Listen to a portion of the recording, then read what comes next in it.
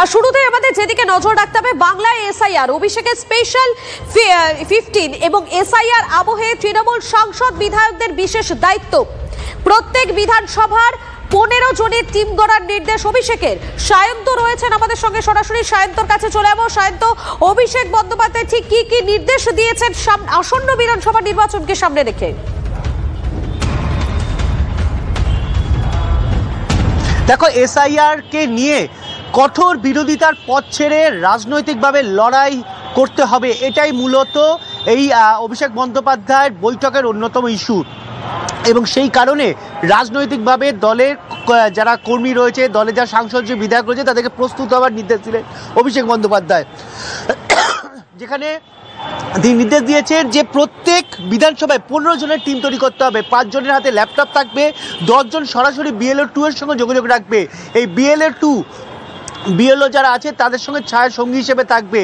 মূলত মাথাভাঙা অশোকনগর থেকে একাধিক অসঙ্গতির খোঁজ আসছে বলে অভিষেক বন্দ্যোপাধ্যায় জানিয়েছেন বৈঠকে।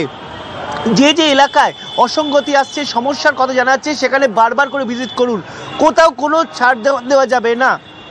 একই সঙ্গে প্রতিটি অঞ্চলে হেল্প ডেস্ক এবং ক্যাম্প তৈরি করতে নির্দেশ দিয়েছেন। ক্যাম্পে প্রিন্টার, ল্যাপটপ থাকবে। মানুষ সাহায্য চাইতে এলে মানুষের সাহায্য করুন। তৃণমূল যে এই সময় মানুষের পাশে রয়েছে সেইটাকে বোঝাতে হবে। অর্থাৎ আগামী বিধানসভার লক্ষ্যে তৃণমূল কংগ্রেস যে প্রস্তুতি শুরু করে দিল সেটা নিঃসন্দেহে বলা চলে। তৃণমূল কংগ্রেসকে প্রতিটি মানুষের পাশে থাকার নির্দেশ দিয়েছেন। এই এসআইআরে যাতে কোনো মানুষ বিপাকে না পড়েন, কোনো বৈধ ভোটারের নাম যাতে বাদ না যায়, তার জন্য প্রতিটি মানুষের পাশে গিয়ে দাঁড়াতে বলা হয়েছে।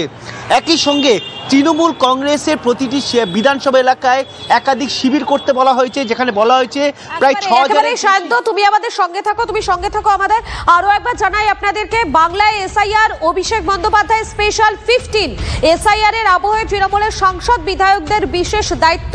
প্রত্যেক বিধানসভায় 15 জনের টিম তৈরি করার একটা নির্দেশ অভিষেক বন্দ্যোপাধ্যায়ের। এসআইআর নিয়ে এবার কি আইনি লড়াইয়ের পথে তৃণমূল? ভোটার তালিকায় নিবিড় সমীক্ষায় ত্রুটি ধরা পড়লে আদালতে যাওয়া হবে।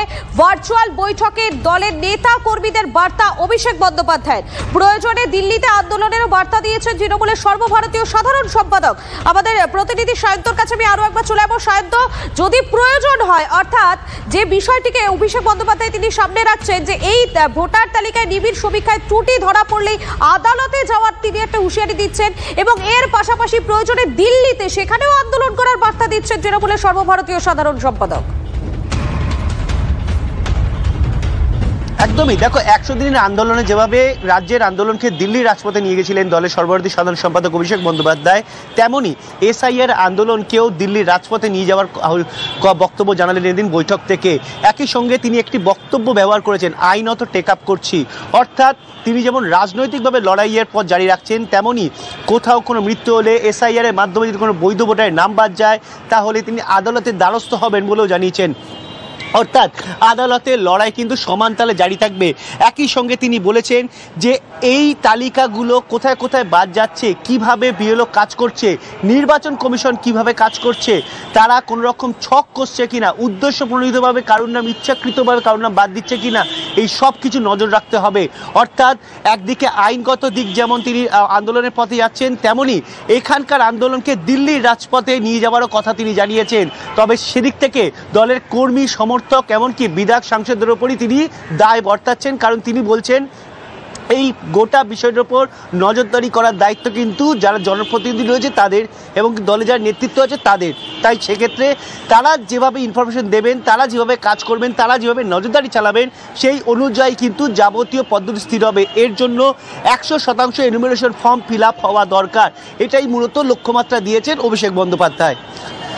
একেবারে সাধ্য আরো একবার জানাই আপনাদেরকে, এসআইআর নিয়ে এবারে আইনি লড়াইয়ের পথে কি তৃণমূল? কেননা অভিষেক বন্দ্যোপাধ্যায় তিনি যে ভার্চুয়াল বৈঠক করেছেন, সেখানে মূলত যে বিষয়গুলোকে তিনি সামনে রাখছেন, তাতে এই প্রশ্নটা কিন্তু উঠছে, ভোটার তালিকায় নিবিড় সমীক্ষায় ত্রুটি ধরা পড়লে আদালতে যাওয়া হবে। ভার্চুয়াল বৈঠকে দলের নেতা কর্মীদের বার্তা দিয়েছেন অভিষেক বন্দ্যোপাধ্যায়। প্রয়োজনে দিল্লিতে আন্দোলনের বার্তা তৃণমূলের সর্বভারতীয় সাধারণ সম্পাদকের। আজকের যে ভার্চুয়াল বৈঠক, সেই বৈঠকে তিনি বলেছেন সামনের 6 মাস তৃণমূল কর্মীদের জন্য অ্যাসিড টেস্ট।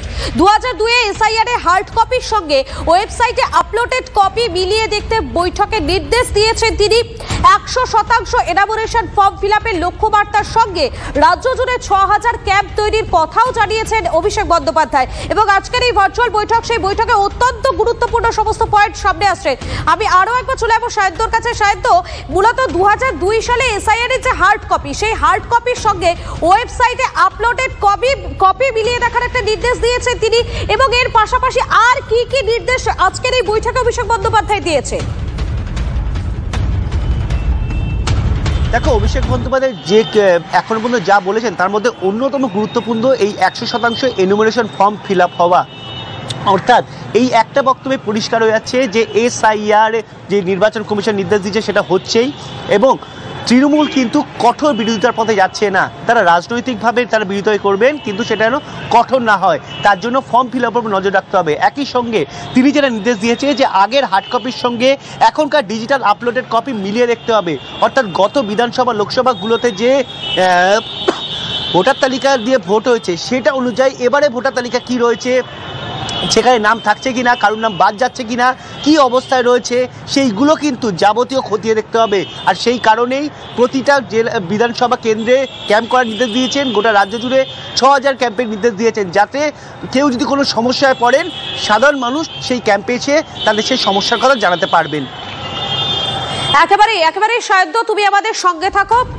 আরো একবার জানাই আপনাদেরকে, ভোটার তালিকায় নিবিড় সমীক্ষায় ত্রুটি ধরা পড়লে আদালতে যাওয়া হবে। ভার্চুয়াল বৈঠকে দলের নেতা কর্মীদের বার্তা দিয়েছেন অভিষেক বন্দ্যোপাধ্যায়। কেন্দ্রীয় প্রতিমন্ত্রী সুকান্ত মজুমদার এই মুহূর্তে আমাদের সঙ্গে রয়েছেন। আপনাকে স্বাগত TV9 বাংলায়। দেখুন, অভিষেক বন্দ্যোপাধ্যায় আজকে যে ভার্চুয়াল বৈঠক করেছেন, সেই বৈঠকে অত্যন্ত গুরুত্বপূর্ণ তিনি একটি বিষয় বলছেন। তিনি বলছেন ভোটার তালিকায় নিবিড় সমীক্ষায় যদি কোনো ত্রুটি ধরা পড়ে তাহলে আদালতে যাওয়া হবে। দেখুন, প্রথমে তৃণমূল কংগ্রেস বলেছিল, মমতা বন্দ্যোপাধ্যায় বলেছিলেন আমি থাকতে এখানে এসআইআর করতে দেব না। এসআইআর তো যথারীতি শুরু হয়ে গেছে। এখন আপনারা এসআইআর এ পার্টিসিপেট করার জন্য যা যা করা দরকার তা করছেন, এবং তার পরিপ্রেক্ষিতে ভার্চুয়াল বৈঠকও করেছেন। এসআইআর এ কোনো জায়গায় ত্রুটি হলে নির্বাচন কমিশনই তো সেই ব্যবস্থা করে রেখেছে যে কোনো জায়গায় কারো যদি মনে হয় যে কারোর সাথে ইনজাস্টিস হয়েছে, তাকে রেকটিফাই করার বিভিন্ন স্তরে বিভিন্ন রকম ব্যবস্থা আছে। সর্বশেষ যে ব্যবস্থাটা আছে, যে ড্রাফট লিস্ট তৈরি হবে, ভোটার লিস্ট, এবং সেই ড্রাফট ভোটার লিস্টে যদি আপনার নাম না থাকে বা আমার নাম না থাকে, আমরা সেখানেও আমাদের অবজেকশন জানাতে পারি। কোর্টে যাওয়ার তো আলাদা করে যেতে চাইলে কেউ যেতেই পারে, কিন্তু এসআইআর নিয়ে অলরেডি সুপ্রিম কোর্টের আদেশ বলবৎ আছে। আমার মনে হয় না অন্য কোথাও গেলে পরে সেইটা এন্টারটেইন হবে, তো সুপ্রিম কোর্টে গিয়ে বলা উচিত। ধন্যবাদ আপনাকে। আমাদের সঙ্গে টেলিফোন লাইনে ছিলেন কেন্দ্রীয় শিক্ষা প্রতিমন্ত্রী সুকান্ত মজুমদার। এবং আপনাদেরকে জানিয়ে রাখি, আজ বৈঠক করেছেন, ভার্চুয়াল বৈঠক করেছেন অভিষেক বন্দ্যোপাধ্যায়। এবং এর আগে অভিষেক বন্দ্যোপাধ্যায় তিনি বলেছিলেন যে একজন বৈধ ভোটারের নাম বাদ গেলে দিল্লিতে কমিশনের দপ্তর ঘেরাওয়ের হুঁশিয়ারি দিয়েছিলেন তিনি। ঠিক কি বলেছিলেন তিনি সেই সময়, আপনাদের শোনে একবার। এদের উদ্দেশ্য লক্ষ্য একটাই, বাংলাকে অপমান করা, বাঙালিকে বাংলাদেশি বলে আখ্যায়িত করা, বাংলা ভাষাকে ব্যঙ্গ বিদ্রুপ করা, এবং যেহেতু 2021-এ ল্যাচে গোবরে হয়ে হেরেছে, 2024-এ 18 থেকে 12 হয়েছে, তাই বাংলার মানুষের থেকে তার মৌলিক অধিকার ছিনিয়ে নেওয়া আমরা হতে দেব না। আমি আগেও যা বলেছি, আমি আজও তাই বলছি। একটা মানুষের যদি নাম বাদ যায়, একটা বৈধ ভোটারের যদি নাম বাদ যায়, বাংলা থেকে 1 লক্ষ লোক গিয়ে ইলেকশন কমিশনের অফিস ঘেরাও করবে। ক্ষমতা থাকলে অমিত শাহ দিল্লি পুলিশ আটকে দেখাক। আপনাদের শোনালাম অভিষেক বন্দ্যোপাধ্যায় ঠিক কি বলেছিলেন সে সময়। এই মুহূর্তে আমাদের সঙ্গে রয়েছেন প্রতিনিধি সৌরভ গুহ রয়েছেন। সৌরভ, আজকের বৈঠকে অভিষেক বন্দ্যোপাধ্যায় আর কি কি নির্দেশ তিনি দিয়েছেন? দেখো, আজকের এই বৈঠক প্রায় 8 ঘন্টা ধরে চলছে। মূলত 3টে কথা বলতে চাইবো, যে যা সূত্রের মারফত যেটা জানা যাচ্ছে, অভিষেক বন্দ্যোপাধ্যায় আজকে প্রায় 16-17 হাজার কর্মী নেতাদের মাঝখানে দাঁড়িয়ে যে কথাটা বলেছেন। 4 তারিখ থেকে পুরোদমে ক্যাম্প শুরু হবে এলাকায় এলাকায়। রাজ্য জুড়ে 6000 ক্যাম্প থাকবে। অর্থাৎ ভোটের 2026-এর ভোটের 6 মাস আগে থেকেই কিন্তু তৃণমূল কংগ্রেস রাস্তায় নেমে গেল। এক। দুই হচ্ছে একেবারে সাংসদ বিধায়ক থেকে শুরু করে পঞ্চায়েতের প্রধান এবং অঞ্চল সভাপতি পর্যন্ত বহুস্তরীয় মনিটরিং চলবে, বিএলওরা কিভাবে কাজ করছেন বা ইলেকশন কমিশন কিভাবে কাজ করছে। মূল লক্ষ্য 100% নাম যেন ভোটার লিস্টে থাকে, সেই প্রক্রিয়াটা এনশিওর করা। খুব গুরুত্বপূর্ণ তিনটে আরো কথা। এক হচ্ছে অভিষেক বন্দ্যোপাধ্যায় খুব দ্রুত রাস্তায় নামবেন, অর্থাৎ কোনো অভিযান বা কর্মসূচিতে নামবেন। তিনি আজকে সূত্রের দাবি যে আজকে নেতাদের বলেছেন যে মাঠে ঝাঁপিয়ে পড়ুন, খুব শীঘ্রই রাস্তায় দেখা হবে। অত্যন্ত গুরুত্বপূর্ণ, এসআইআর এর বিভিন্ন প্রক্রিয়া নিয়ে আদালতের দ্বারস্থ হচ্ছে তৃণমূল কংগ্রেস, সে কথা আজকে স্পষ্ট করেছে অভিষেক বন্দ্যোপাধ্যায়। এবং আগামীতে দিল্লি কর্মসূচিরও ডাক দিতে পারে তৃণমূল কংগ্রেস, সেই আবহ কিন্তু আজকের বৈঠক থেকে তৈরি হয়ে গেছে, এই কথাও অভিষেক বন্দ্যোপাধ্যায়ের মুখে শোনা গেছে। সুতরাং সব দিক থেকে দেখতে গেলে কি বিষয় দাঁড়াচ্ছে, 2026-এর বিধানসভা নির্বাচনের 6 মাস আগে থেকে রাস্তায় দলকে নামিয়ে দিলেন অভিষেক বন্দ্যোপাধ্যায়। এক। দুই হচ্ছে এসআইআর কে কেন্দ্র করে আইনের দ্বারস্থ হবেন তিনি, আদালতের দ্বারস্থ হবেন তিনি। 3, দিল্লি চলোর ডাক দিলেন তিনি। এবং পাশাপাশি বহুস্তরীয় কিন্তু এই ক্যাম্পগুলো থাকবে এসআইআর প্রক্রিয়াকে দেখার জন্য, যাতে কারো নাম না বাদ যায়। ধন্যবাদ সৌরভ।